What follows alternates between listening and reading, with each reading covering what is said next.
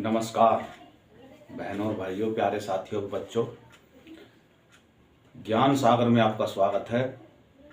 और हमारा आज का जो विषय है वो है मराठा साम्राज्य का उदय। इनके ऊपर कल से हमने ये सीरीज शुरू करी थी और इसमें हमने मराठा की सारी टाइमलाइन बता दी थी कल के वीडियो में। आज इसको हम सिलसिलेवार शुरू करेंगे। सबसे पहले बताएंगे मराठा कौन थे। इसमें एक शब्द आया साहित्यिक इतिहास, उसे क्या कहते हैं। शिवाजी कौन थे, इनके बारे में सब कुछ बताएंगे। मराठा की राज्य की स्थापना कब हुई, जागीर किसे कहते हैं। फिर आगे मराठाओं द्वारा जो जो गतिविधि हुई और शिवाजी के अंत तक, शिवाजी का जो निधन हुआ तब तक हम आज इस विषय को समझाएंगे।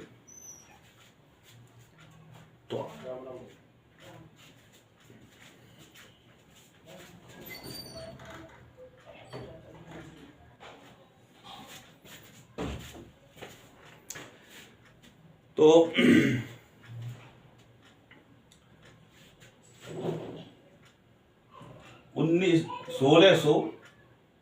1680 में शिवाजी का निधन हो गया था। उससे पहले शिवाजी ने इतना बड़ी स्थिति स्थापित कर ली थी कि मराठाओं के नाम से मुगल कांपने लगे थे। तो अब शुरू करते हैं ये अध्याय। सबसे पहले है कि जी मराठा कौन थे। जो मराठा साम्राज्य में इसमें मराठा आ रही है, ये मराठा थे कौन। तो दक्षिण भारत के जो पठारीय एरिया है, जो आज के वर्तमान में महाराष्ट्र राज्य के अंतर्गत आता है, वहां के निवासियों का एक समूह था जिसको मराठा बोलते थे और वे मराठी भाषा बोलते थे। उनकी भाषा थी मराठी। इस भाषा का 12वीं शताब्दी में धारा प्रवाह सतत रूप से प्रवाहमान और समृद्ध ऐतिहासिक साहित्यिक इतिहास रहा है। तो अब साहित्यिक का क्या मतलब है। साहित्यिक इतिहास का मतलब होता है कोई भी वर्णन जो गद्य में हो या पद्य में हो, किसी का उल्लेख इतिहास का किया जाए, उसका विकास किया जाए, कोई ग्रंथ का विकास किया जाए, भाषा विशेष में कोई भी पद्य या गद्य लेखन किया जाए, ऐसे ऐतिहासिक विकास को साहित्यिक विकास कहते हैं। तो वो साहित्यिक इतिहास था। वो साहित्यिक इतिहास मराठी भाषा में गद्य और पद्य में लेख किया गया था। इस अध्याय में हम जो अध्ययन करेंगे वह मराठा की शक्तिशाली राजसत्ता के रूप में उभरे, जिन्होंने भारतीय इतिहास में एक निर्णायक परिवर्तन किया। ऐसे महान चरित्र जो मराठा थे, उनके विषय में हम जो है इस अध्याय में पढ़ेंगे। आरंभ के दिनों में 13वीं शताब्दी में महाराष्ट्र के अधिकांश भागों पर यादव कुल के जो राजवंश थे उनका आधिपत्य था और उनकी राजधानी थी देवगिरी, जो दौलताबाद है। आज के समय में संभाजी नगर वहां पे बसा हुआ है। 14वीं शताब्दी के आरंभ में दिल्ली सल्तनत जो थी, यहां पे तुगलक जो वगैरह जो थे उनका शासन था और उन्होंने दक्षिण की तरफ विजय अभियान चलाया और उन्होंने इन यादवों को परास्त कर दिया और देवगिरी को ही अपनी दौलताबाद को ही अपनी राजधानी बना ली और इनका जो है ये परास्त हो गए।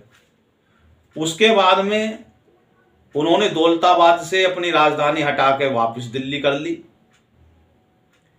तो ऐसे राजनीतिक परिवर्तनों के मध्य में राजनीतिक परिवर्तन तो हो गया, लेकिन सांस्कृतिक प्रगति थी वो जारी रही। और उस समय पे वहां के जो लोग थे वो गुरु परंपराओं में आ गए थे और भक्ति भाव में डूबे हुए थे। किसी विशिष्ट देवता के प्रति भक्ति किसे कहते हैं? किसी को विशिष्ट देवता है उसके प्रति समर्पण हो जाए उसको भक्ति कहते हैं। और यह 7वीं शताब्दी से 17वीं शताब्दी के मध्य में भारत में के क्षेत्र में अनेकों संत और साधक का आध्यात्मिक उत्थान हुआ था और उनके भारी अनुष्ठान और भक्ति मार्ग को उन्होंने अधिक महत्व दिया।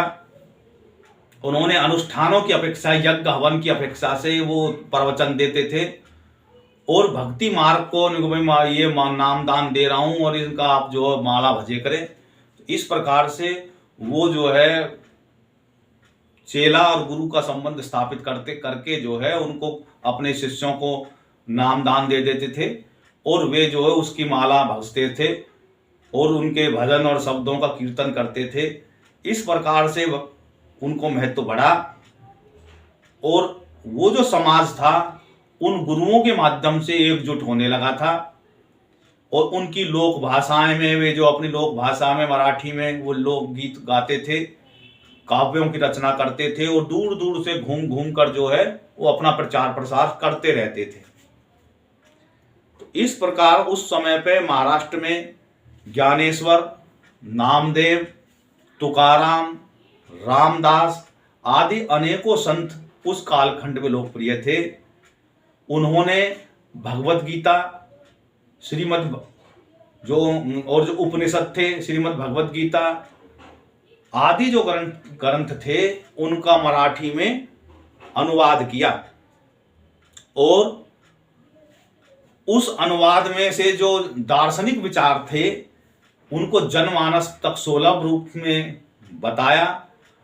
संतों ने सिख गुरुओं की भांति समाज को संगठित किया, राजनीतिक चेतना को बढ़ाया और उसको बढ़ाने में उनकी जो राष्ट्रीय चेतना थी, देश प्रेम के प्रति भावना थी, उसको उन्होंने प्रबल जो है गति दी।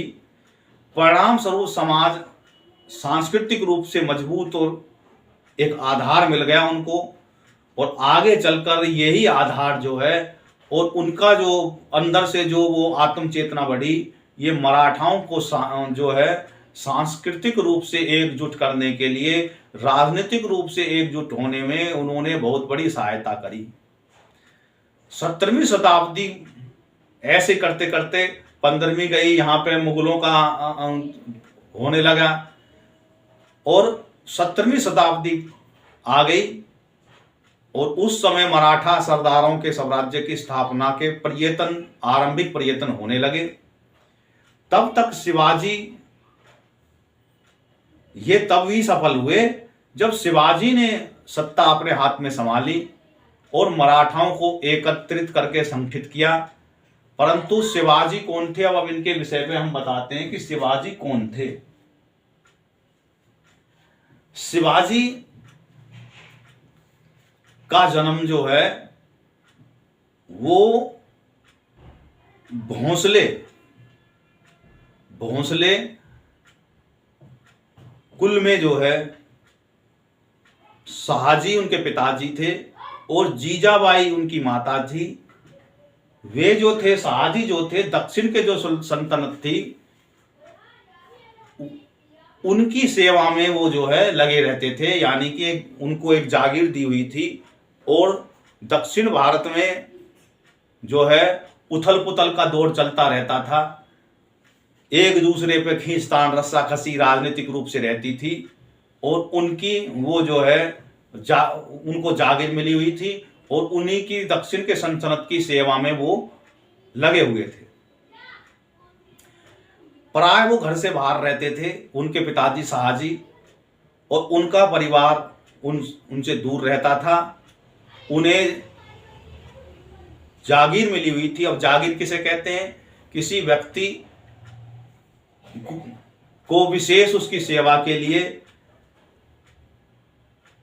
प्राय किसी सामंत, जैसे सामंत या जो है सैनिक की सेवा में पुरस्कार के तौर पे जागीर प्राप्त कर दी जाती। जागीर क्या होती है? कुछ भूमि का टुकड़ा होता है, एरिया होता है, और उसको सौंप दी जाती है कि भाई इस भूमि से जो भी संग्रह कर होता है वो जो है तुम इसको इकट्ठा कर लेना, और समय आने पे हमें जरूरत पड़ी तो तुम हमको भी जो उसमें से कुछ सहायता कर देना, और वरना तुम अपने पास इसको इकट्ठा करके रखना, और हमारी सेवा में तुम जो है ये तुम्हें इनाम है। इसको जागीर बोलते थे। तो उनकी जागीर थी पुणे के आसपास में। पुणे में जो है शिवाजी का लालन पालन बड़े अच्छे संस्कारिक रूप से उनका देख रेख में जो है विश्वस्त अधिकारियों के देख रेख में होने लगा, और उन्हें अच्छी शिक्षा मिलने लगी, क्योंकि वहां पे भक्ति भाव और गुरु परंपरा का चलन था। तो वे जो है धार्मिक रूप से भी मजबूत, सांस्कृतिक रूप से भी मजबूत होने लगे। जब उनकी 16 साल की उम्र हुई शिवाजी की, तो उनका जो लक्ष्य था वो था कि वहां पे जो निर्जन स्थानों में जो दुर्ग पड़े हुए थे उनका वो चयन कराया उन्होंने, और उस पे उन्होंने अपना जिस किसी का भी थोड़ा बहुत उस पे अधिकार हो उसको हटा के उन्होंने उस पे कब्जा कर लिया। 16 साल की उम्र में उन्होंने सैन्य अभियान चालू कर दिया था, और उपेक्षित और निर्जन दुर्ग पर उन्होंने कब्जा करके उसी की सुरक्षा को दृढ़ बनाया, और पुणे पर अपना नियंत्रण स्थापित कर लिया। जो पुणे जो जगह है, शहर है, उस पे उन्होंने अपना नियंत्रण कर लिया, और उस पुणे में उसने अपना एक स्वतंत्र जो है राज्य स्थापित कर लिया 16 साल की उम्र में। यानी कि कहने लगे भाई हम नहीं मानते किसी को भी, ये जो है पुणे जो शहर है इस पे आज से हमारा नियंत्रण हो गया और हम स्वतंत्र हो गए, हमने स्वराज्य स्थापित कर लिया, ये उन्होंने घोषणा कर दी 16 साल की उम्र में। और यह एक स्वतंत्र स्वराज्य की उनकी कल्पना आगामी वर्षों में विकसित हुई, जो राजनीतिक, आर्थिक और सांस्कृतिक पक्षों को भी विस्तृत किया। और इसी अन्वेषण का जो है इस अध्याय में आगे हम जो है विश्लेषण करेंगे। तो मराठाओं की राज्यों की जो वो थी, आधार था, वो 1646 ईस्वी में शिवाजी ने स्थापित कर दिया। उसके बाद में आगे चल के उन्होंने 1657 ईस्वी में देखा, जब वो पुणे से होके आगे बढ़ते बढ़ते और समुद्र के तट तक जो है उन्होंने जो है पश्चिमी घाट तक अपने को विस्तृत कर लिया, तो उन्होंने तटीय क्षेत्रों के संसाधनों पे भी अधिकार जमा लिया। और उन्होंने सोचा कि भाई जब हम इस एरिया में आ गए हैं तो हमारे पास नौसेना जरूर होनी चाहिए, क्योंकि नौसेना हमारे पास होगी तो हमारी शक्ति बढ़ जाएगी। और उन्होंने यह क्रांतिकारी कदम उठाया, और उन्होंने उनकी तुलना करें तो बीजापुर के सल्तनत आदिल शाह उनके बगल में ही थे। उनके पास व्यापारी जहाज तो थे, परंतु उनके पास भी जो है नौसैनिक नहीं थे, नौसेना नहीं थी। मुगल जो थे उनके पास भी साम्राज्य तो बहुत बड़ा था उनका, लेकिन नौसैनिक का उपयोग भी उनका सीमित था।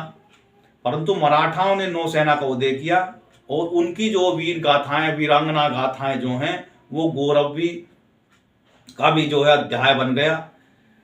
उनकी जो प्रजा थी उस समय पे वो शक्तिशाली सुरक्षित रखने के लिए शिवाजी ने अलग ही प्रणाली अपना रखी थी। वो छोटे से दल को लेते थे और गुरिल्ला युद्ध करते थे। गुरिल्ला युद्ध क्या होता है कि एक तरह से वो स्थान चिन्हित कर लेते थे, जैसे कोई विजय अभियान के लिए जा रहा है और जहाँ कहीं भी अपने तंबू डेरा डालता था, वहाँ पे रात्रि में या जब कभी भी वो असुरक्षित होते थे, वो चुपचाप अपने और साथियों को तो वहीं छुपा देते थे आसपास में, और 5-4 सदस्यों को लेके वो चुपचाप दबे पैर जो है उस राजा को, जो भी विजय अभियान के लिए, उसको दबोच लेते थे और उनको वहीं निपटा के जैसे आज के समय में सर्जिकल स्ट्राइक करते हैं, आतंकवादी हमला भी इसी तरीके से गोरिल्ला तकनीक से ही करते हैं। वो बशर्ते क्या होता है, आतंकवादियों के निशाने पे फौज रहती है और फौजियों के निशाने पे आतंकवादी रहते हैं, करते दोनों ही गोरिल्ला तरीके से हमला है जब ऑपरेशन चलाते हैं। तो इस तरीके से वो जो है गोरिल्ला युद्ध की रणनीति अपनाई। छोटे छोटे दल में भूभाग का गहन उनको ज्ञान होता था और पूरी रेकी करते थे और तीव्र गति से अचानक से हमला करके शत्रु की सेना को धराशायी कर देते थे और उनके मुखिया को परास्त कर देते थे। जो बची हुई सेना होती थी उनको जो है वो निपटा देते थे, उनके जो भी छुपे हुए सैनिक होते थे। तो उसमें जो है उनके हत्या जो है वो बीजापुर का जो सेनापति था वो कहने लगे भाई इसको शिवाजी को ठिकाने लगाने के लिए आप जाइए। वो विचलित हो गए और जैसे ही उसका सेनापति था अफजल खां, और अफजल खां जो था वो उसने डेरा डाल दिया प्रतापगढ़ की तलहटी के जंगल में और उन्होंने जो है शिवाजी से मिलने की जो है चिट्ठी भिजवाई कि मैं शिवाजी से मैं यहाँ मिलना चाहता हूँ और गुफ्तगू करना चाहता हूँ। उनके मन में दुर्भावना थी कि भाई शिवाजी आएगा, हम पीछे से मार देंगे। शिवाजी भी चौकस थे। उन्होंने जो है वो ठीक है मिल लियो। जैसे ही उसने हमला कराया तो शिवाजी ने तो पीछे से कवच पैर रखा था और उन्होंने खंजर गाड़ा। उससे पहले ही उन्होंने जो है गोरिल्ला आक्रमण करके उसकी अफजल की सेना को परास्त कर दिया।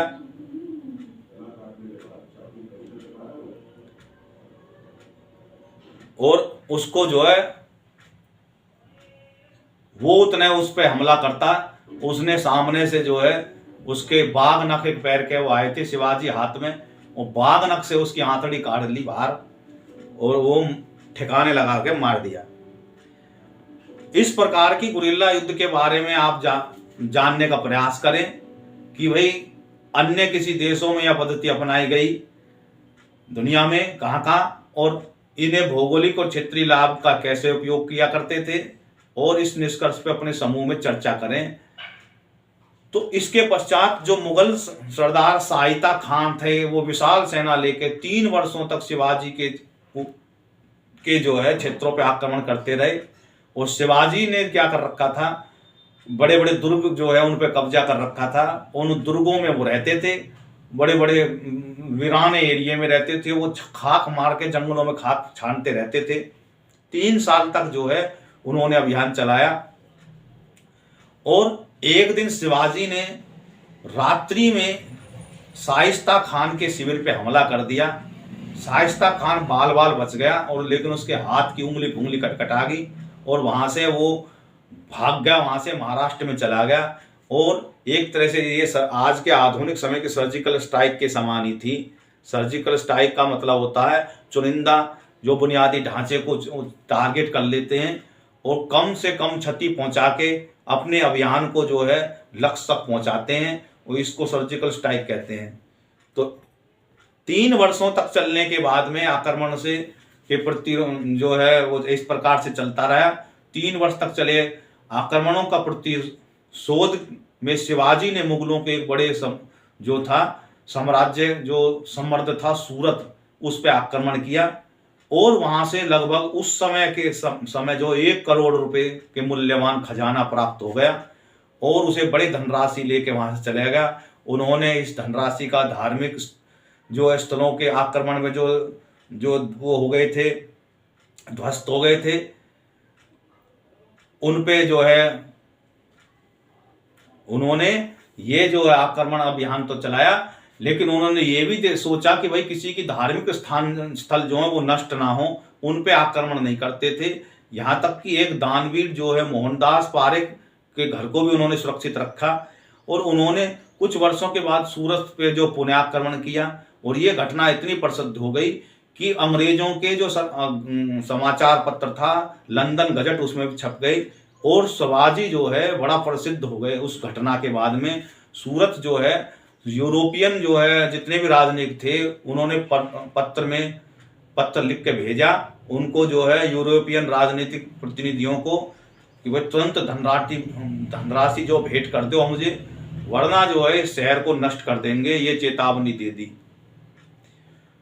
तो उन्होंने जो शिवाजी ने यूरोप जो भी अंग्रेज थे वहां पे बसे हुए थे उनको भी जो राजनयिकों को पत्र भेजा, भाई या तो इतने रुपए दे दो वरना तुम्हारे भी जो उनसे व्यापार कारखाने चल रहे हैं इन्हें भी हम नष्ट कर देंगे। इतना खौफ जो है उन्होंने बैठा लिया।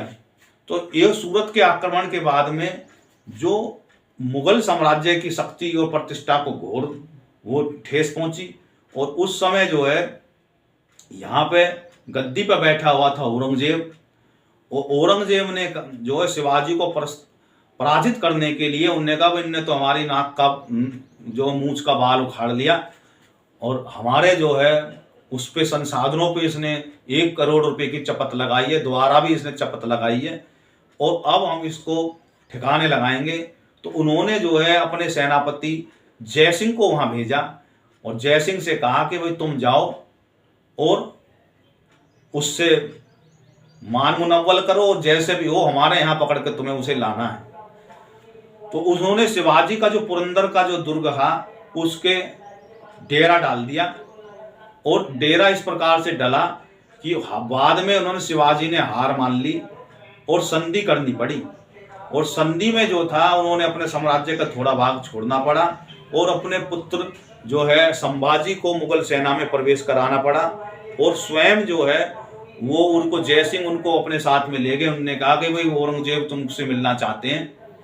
औरंगजेब के पास पे दरबार में उनको प्रस्तुत किया और उनका वजीर के सामने उसे खड़ा कर दिया। और जो उस वजीर को तो पहले युद्ध में हरा चुके थे शिवाजी, उसके सामने खड़ा कर दिया। उन्होंने अपनी बेइज्जती महसूस की और उनके जो है वहां से वो तुरंत ही दरबार से चले गए। औरंगजेब ने इसको बर्दाश्त करा कि भाई ये तो मेरा अपमान उसने करा है, बगैर आदेश के ये जो है यहाँ से निकल गया। तो उन्होंने कहा जयसिंह से भाई इसको नजरबंद रख लो, इसके हमें हाव भाव ठीक नहीं लग रहे और इसके लड़के को अपने यहाँ पर दरबार में जो है इसको रखो अपनी सेवा में, मतलब जो है अपनी सेना में भर्ती कर लो और इन दोनों पिता पुत्रों पे तुम्हें नजर रखनी है।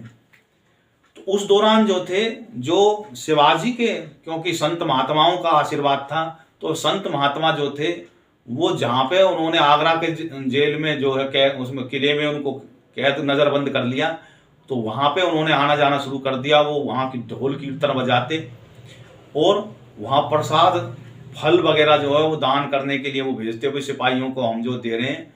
और उनको रोजाना चस्का लग गया। उन्होंने कहा भाई ये तो रोजाना ही आते हैं यहाँ भजन मंडली करते हैं और वो बड़े बड़े टोकरे लेके आते। उन टोकरों में जो है समय लेके समय मतलब वो इस प्रकार से वो उन्हें कुछ नहीं रोक टोक करते ना वो तलाशी लेते। और एक दिन क्या हुआ, शिवाजी उन टोकरों में बैठ के और संभाजी भी वहां से, दोनों जो है पिता पुत्र वहां से 9-2-11 हो गए उन टोकरियों के अवसर में।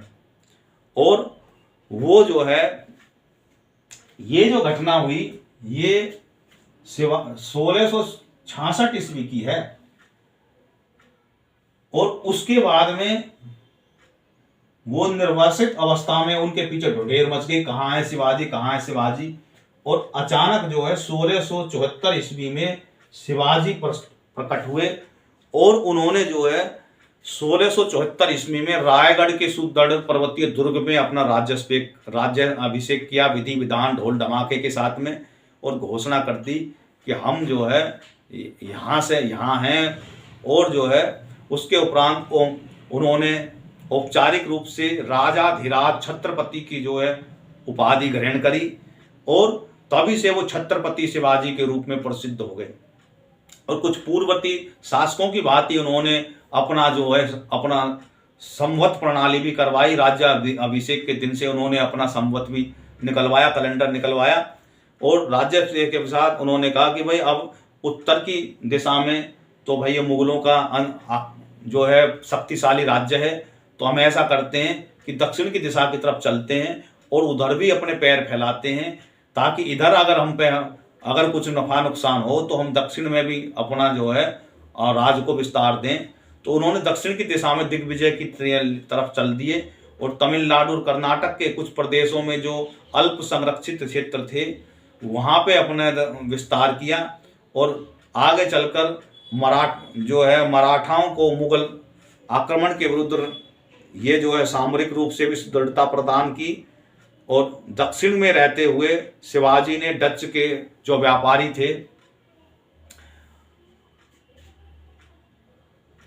उन्होंने देखा कि वे जो है दास प्रथा, यहाँ के गरीब गुरबाओं को खरीद लेते हैं और उनको दास के तौर पे काम कराते हैं और उनको यूरोप में बाजारों में जाके बेच देते हैं, जहाज़ों में भर भर के जाते हैं।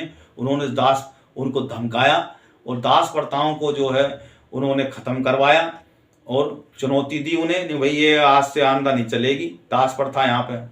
और इस जो है गहन संवेदनशीलता और संरक्षण का भाव का ये प्रमाण थे शिवाजी जो है उन्होंने।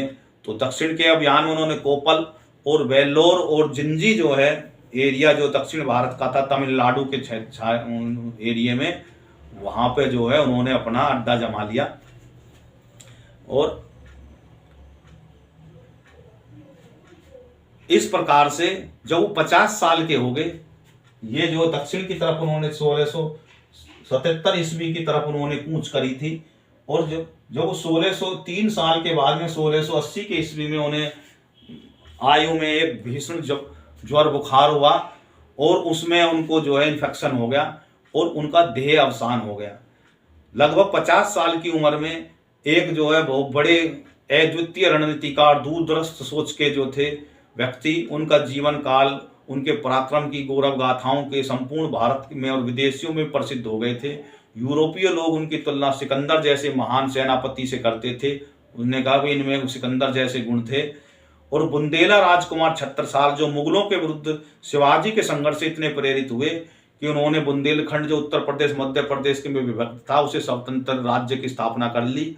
और सुप्रसिद्ध हिंदी कवि भूषण जो ने विशेष रूप से शिवाजी से मिलने के लिए महाराष्ट्र में गए थे और उन्होंने उनके गुणगान के रूप में अनेक काव्य संरचना करी और आज भी जनमानस में वे प्रसिद्ध हैं। इस प्रकार से ये जो है मैंने बताया कि शिवाजी के विषय में 1680 में ऐसे एक महान विभूति का निधन हो गया था जिन्होंने मुगलों के औरंगजेब के नाक के सामने अपने राज्य का अभिषेक करवाया और उनके जीते जी जो है वो अपना दक्षिण तक उन्होंने विस्तार किया।